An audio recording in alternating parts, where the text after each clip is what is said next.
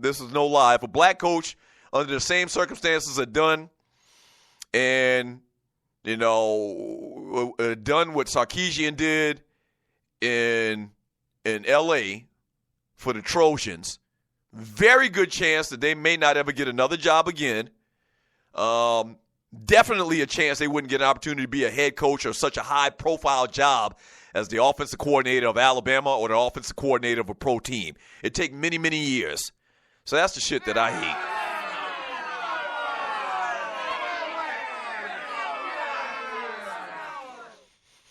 That's the shit that I hate. From Real People Music, right? The same way white quarterbacks are good leaders and decision makers and good black quarterbacks are just athletic. True statement. From Clay, I'll be damn Davis in the chat room on Spreaker.com. Loose neck, your Mavericks swept the Lakers, but how many rings since that sweep? From Jam 2, my thing is still, how is Costas such the expert? What did he play? That's another thing. I don't think Bob Costas, has Bob Costas ever put on a jockstrap? Ever.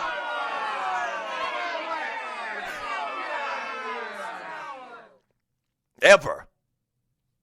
I doubt it. From Big Apple Bastard. Wow. Big Apple Bastard is even in the chat room, man. Shouts out to you, Big Apple Bastard.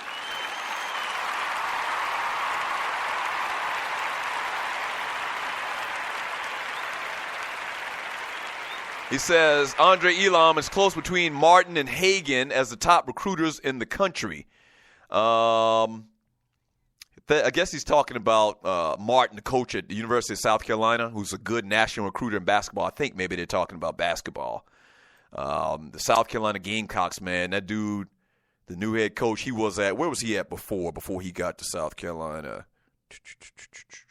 Was he at Cincinnati? Somebody will remind me.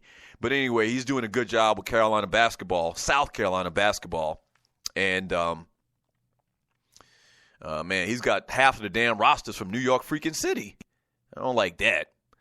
But he's doing a good job. From Real People Music, right, the same way. I just read that one. I apologize. Let me move up a little bit. From Real People Music, Knicks been cursed over since they kicked Spreewell out of the league for choking racist-ass PJ Carlissimo.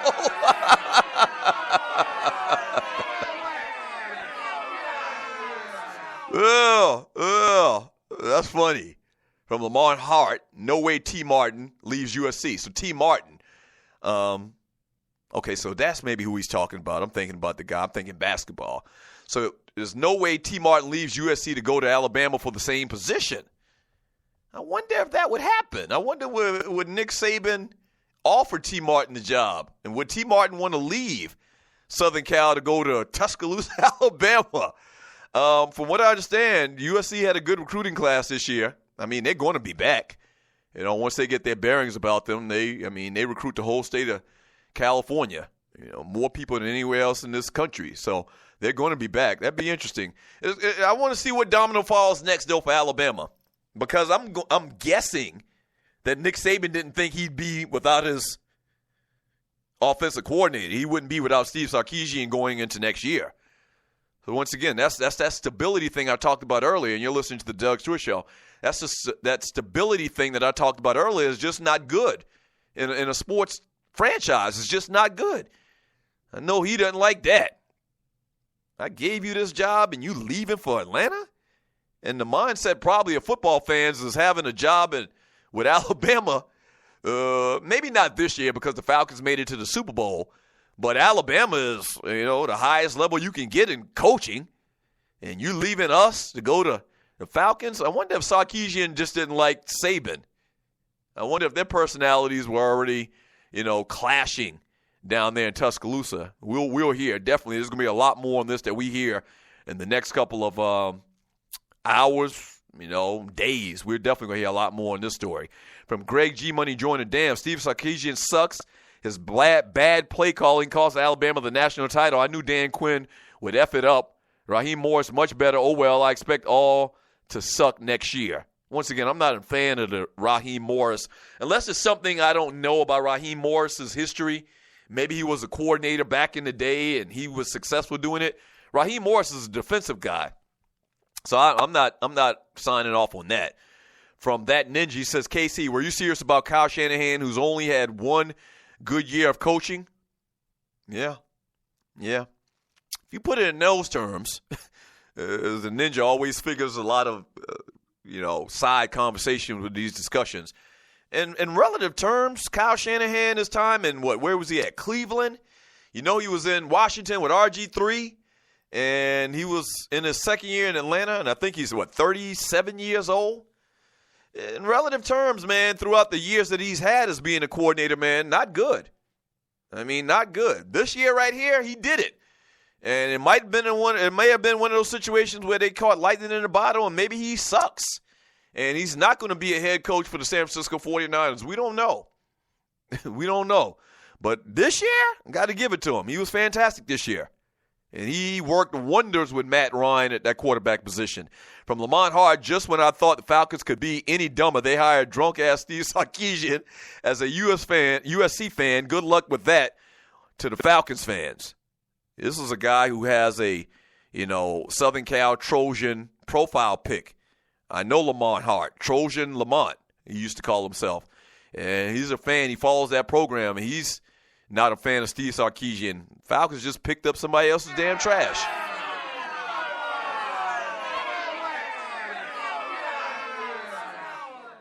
Yeah, from the 47 problem, black players coach means uncontrollable to the ownership, so Raheem Morris is a no-go.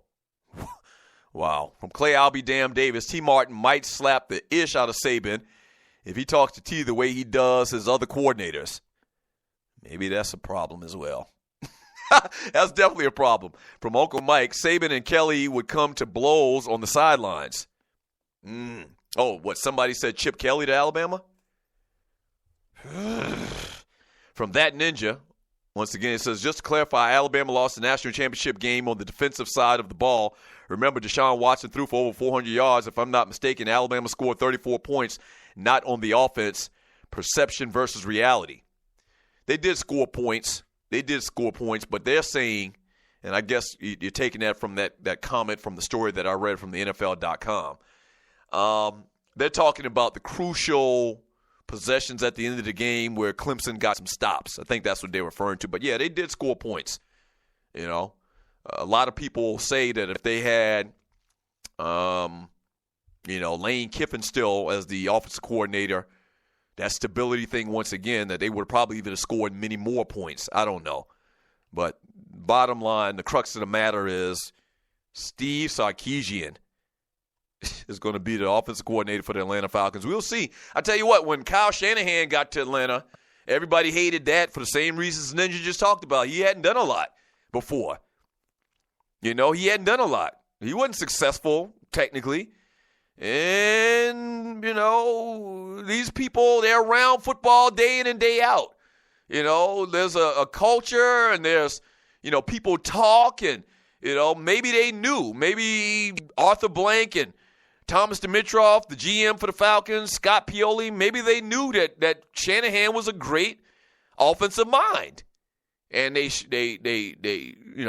struggled with him the first year, and the second year it panned out. I don't know. Once again, we're casual fans, and this is the type of conversations that happens in back rooms. And to his credit, once again, I said at the top of the show, he had a great year. Kyle Shanahan had a great year. Before that, not so much. Steve Sarkisian getting an opportunity to be the offensive coordinator in the NFL for the Atlanta Falcons, based on what's happened in his life over the last couple of years, and this whole narrative of getting opportunity after opportunity, if you have the complexion for protection, as the great Paul Mooney put it, I'm not a fan of that.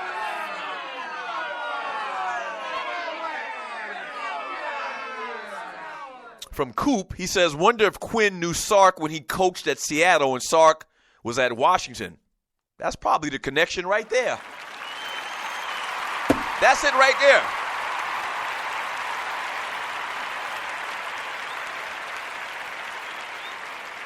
That's it right there. That's probably it right there. Once again, I got to remind you, these coaches, it's a very tight-knit community, and they go to these coaches clinics and, they reshuffle and regurgitate coach here and there, and everybody knows each other. Is very, very political. Very political. And I'm sure at some point their paths crossed in Washington when Dan Quinn was the defensive coordinator for the Seattle Seahawks and Sarkisian was the head coach of the Washington Huskies. That's probably it right there. That's probably the connection. And there's probably even a connection even before that. But that's the most recent connection. From Cody, after the championship game, Saban treated Sarkisian like Bill Duke from Menace Society. That's hilarious. That's hilarious. From KC, black offensive coordinator Terry Robisky, Tennessee Titans Edgar Bennett, Green Bay Packers Harold Goodwin, Arizona Cardinals. Well, you know, that's something that I always rail about is how even with this Kyle Shanahan thing, he's so young. A lot of these guys, man, that have been coordinators, position coaches for 20, 25, 30 years. Terry Robisky, I know he's been a position coach or a coordinator in the NFL, I'm going to guess for 25 years. And I'm going to look his name up real quick here. Many, football people know that name. Terry Robisky has been coaching in the NFL. Listen to this. Listen to this. Terry Robisky, who's now the offensive coordinator for the Tennessee Titans, Terry Robisky has been coaching in the NFL since 1977.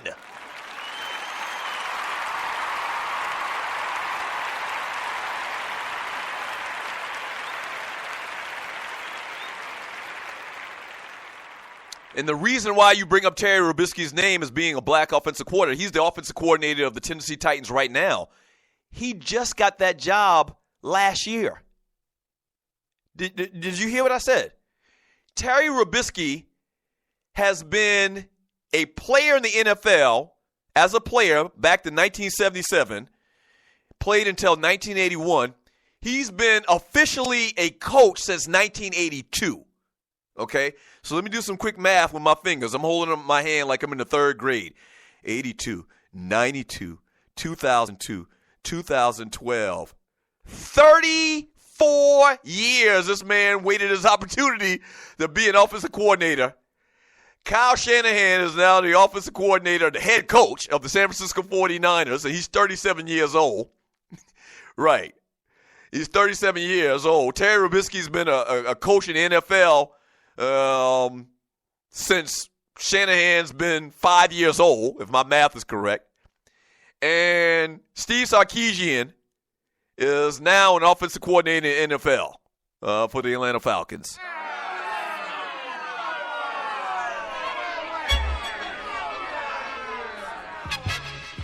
And I did that quick little research on Robisky because my man KC brought up the name. The point is there are so many different Terry Robiskys in the NFL right now that are waiting on an opportunity, and they don't get it for 10, 15, 20, 30 years. 34 years. That's that bullshit I'm talking about. Back in 3 minutes, the Doug Stewart Show.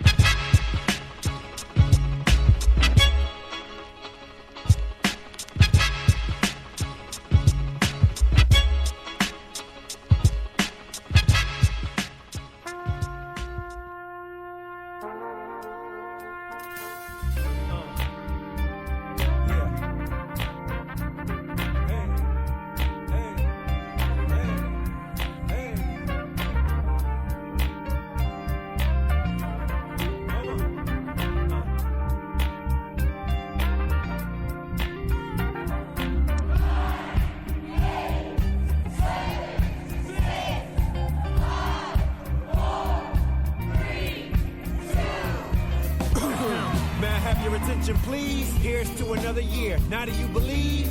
Lost some friends and some family we love. Don't let it get you down tonight, but then we raise it up.